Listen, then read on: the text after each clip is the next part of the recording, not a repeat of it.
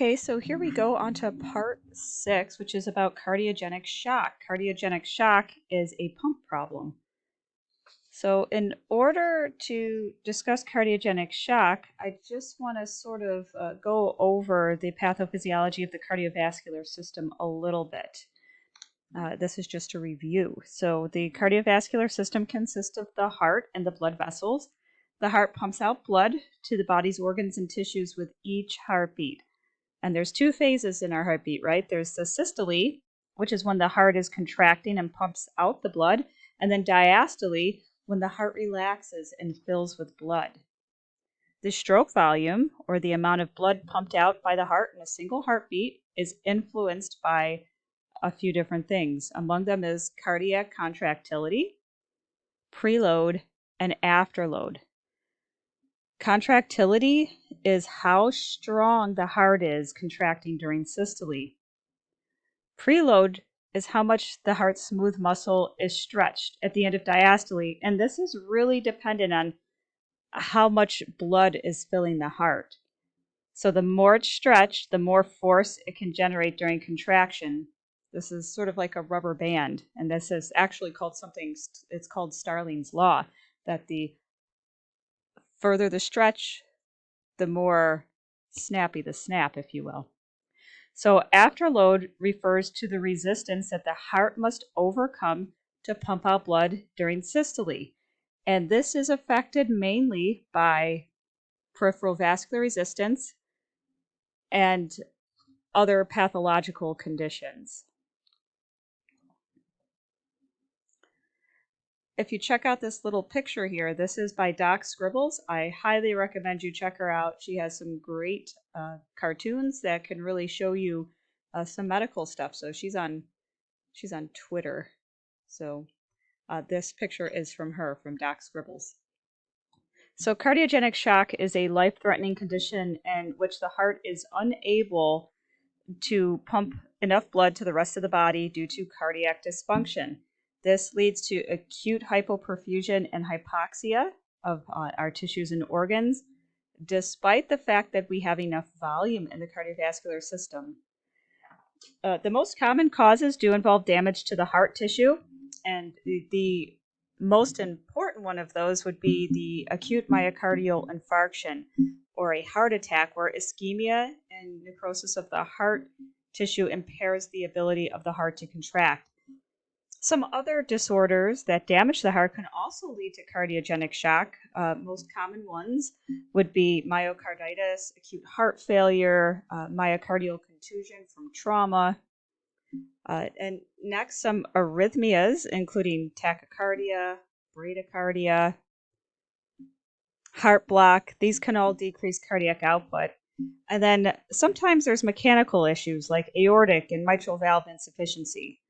For example, with something like mitral valve insufficiency, the valve doesn't close properly. So during systole, some of the blood goes from the left ventricle back into the left atrium instead of going to the rest of the body. Some risk factors for cardiogenic shock include things like advancing age, as well as having existing heart problems like heart failure, having a previous heart attack, multiple cardiovascular risk factors such as high blood pressure, coronary artery disease, diabetes, medications that decrease cardiac contractility like beta blockers, or having electrolyte abnormalities can also affect heart rhythm like hyper and hypokalemia. Those can all be risk factors for cardiogenic shock. So this shows us how cardiogenic shock progresses. So remember, preload is the stress from the blood volume when the heart's at the fullest, which is at the conclusion of diastole. Afterload is the systemic vascular resistance. So pump failure leads to decreased cardiac output. So in order to increase cardiac output, the body releases catecholamines into the bloodstream. Things like epinephrine and norepinephrine, which cause vasoconstriction, increase the heart rate, and also increase contractility in an attempt to maintain blood pressure and blood flow. The body also releases antidiuretic hormone, which acts on the kidneys to increase the amount of fluid that is being retained, and angiotensin 2. So this is all a review from our first section on the pathophysiology of shock. All of these are in an attempt to maintain perfusion and increase cardiac output. So if the cause of shock isn't managed in time, these compensatory mechanisms will begin to fail, leading to severe tissue hypoxia. And this is where the vital organs will begin to shut down due to multiple organ failure. And since blood isn't being pumped forward into the systemic circulation, it starts backing up into the pulmonary and systemic blood vessels. So eventually, fluid can be pushed out of circulation and into the lungs and tissues, leading to things like pulmonary and peripheral edema, which is why sometimes if somebody's in cardiogenic shock, we can say that it's sort of like an acute, life-threatening congestive heart failure, because that's what you would see. All right, so treatment of cardiogenic shock starts with the diagnosis and understanding that it's there, right? So we should be monitoring them closely to detect signs of hypoperfusion, so things like drops in the O2 sats, low or declining pressures, decreased urine output. We need to make sure we do additional testing, including heart monitoring, echocardiogram, chest x-ray, so maybe we can find the cause of cardiogenic shock. Lab tests, including ABGs, can reveal decreased oxygen levels, electrolyte abnormalities, or signs of end organ damage like elevated lactate levels and changes in our renal function and liver function studies. So definitive treatment of cardiogenic shock involves addressing the underlying cause when possible. And this can include, and very important, revascularization of the heart muscle in cases of acute myocardial infarction. It may involve surgical repair or replacement of the valve in valvular heart disease, treatment of an arrhythmia. Now, before any definitive treatment can be given, we may need to use some temporary support to help the heart to function. These would be medications like inotropes, like dobutamine or milrinone, at low doses to improve cardiac contractility, but they could also increase the MAP and cause a decrease in the cardiac output. So in addition, we might use mechanical support devices like an intra-aortic balloon pump. And that's what we'll talk about here. So here's the intra-aortic balloon pump. This is placed into the aorta. It inflates during early diastole, increasing blood flow to the heart, and then deflates during systole, which reduces the afterload and dramatically improves cardiac output.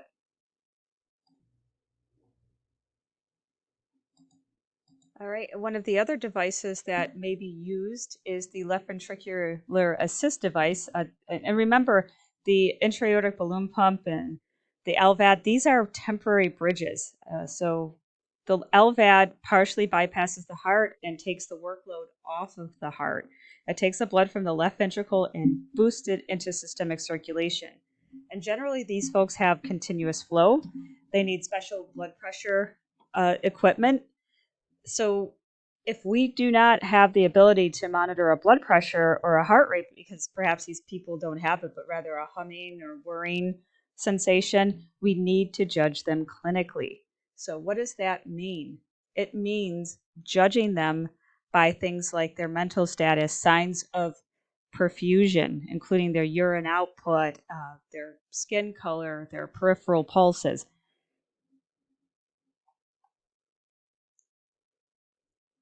All right, so we're going to take a quick moment and just sort of review a little bit of the heart. So remember, our clinical assessment of somebody in cardiogenic shock, the early signs and symptoms do mimic heart failure, and then they would additionally have signs and symptoms of peripheral hypoperfusion, especially as the compensatory mechanisms in the body fail.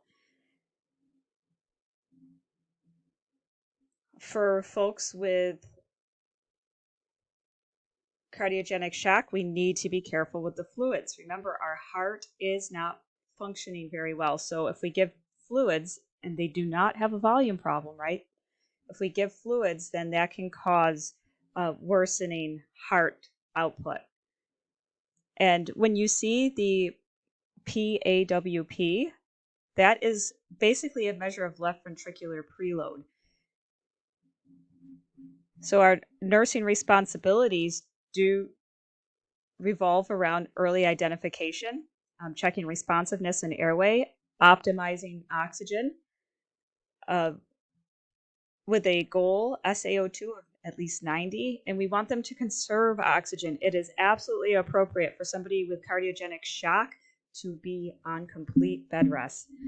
We would want to get them to a cardiac catheterization ASAP, as soon as possible, if the reason for their cardiogenic shock is found to be an acute myocardial infarction or blockage of the heart. And as a bridge to that, they do need to be on antithrombotic therapy if there's going to be any delay at all.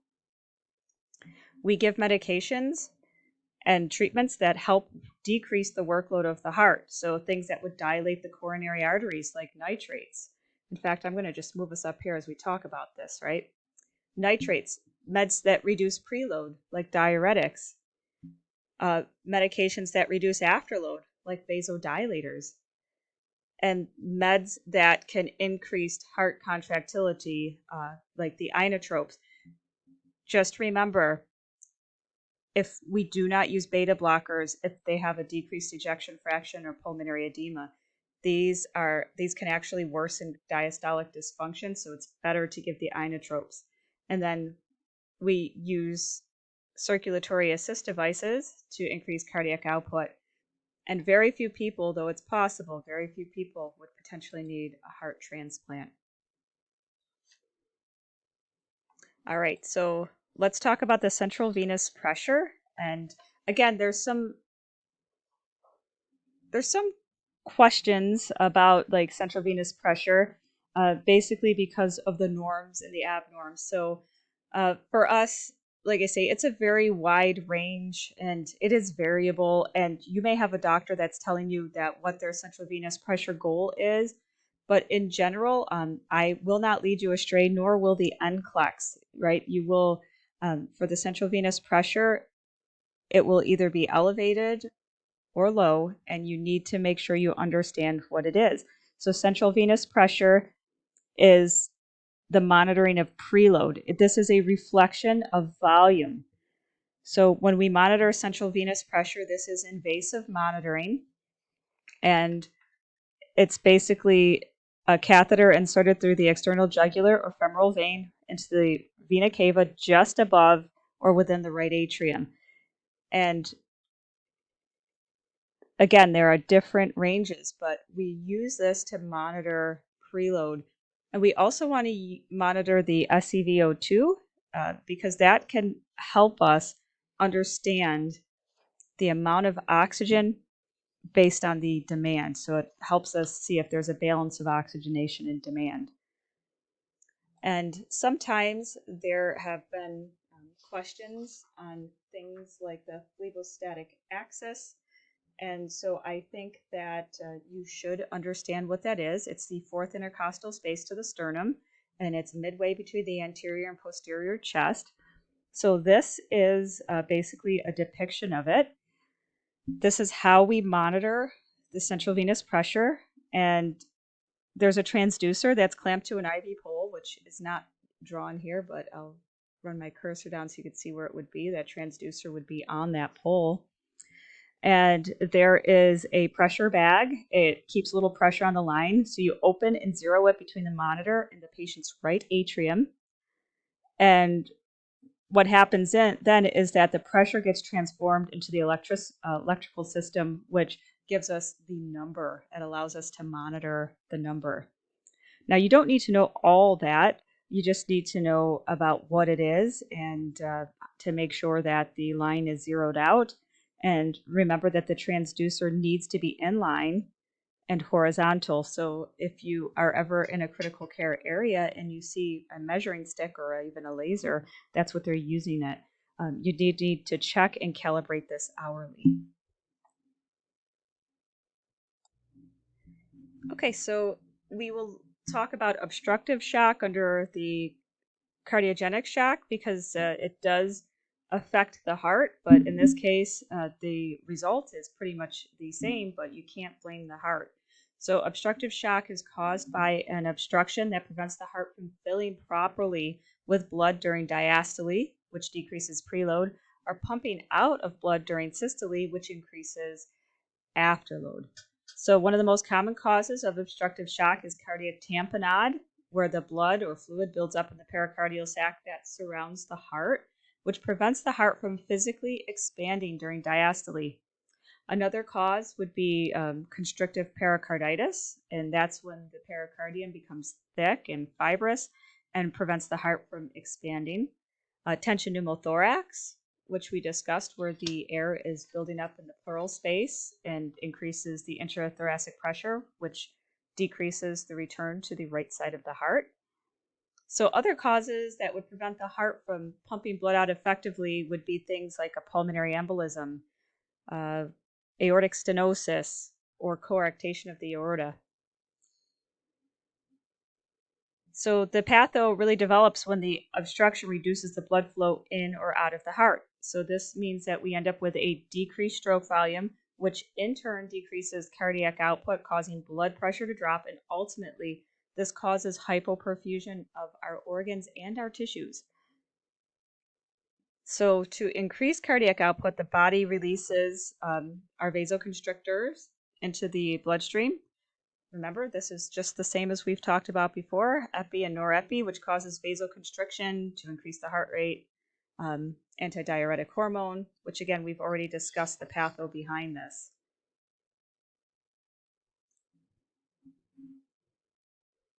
All right, so the diagnosis of obstructive shock is much like cardiogenic shock. We monitor them closely. Heart monitoring as well. We might use some diagnostic testing to identify the cause. Initial treatment does basically is supportive, including supplemental oxygen, fluids, if necessary, and medications like norepi and dopamine. However, definitive treatment is aimed at addressing the underlying obstruction when possible. So this might be things like using the pericardiocentesis to drain the pericardial space, insertion of a chest tube for a pneumothorax, treating a pulmonary embolism with fibrinolytics, or removing a blood clot surgically.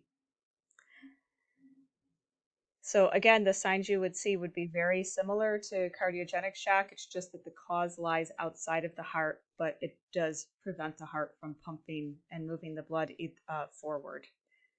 Okay, so that is cardiogenic shock. Thanks.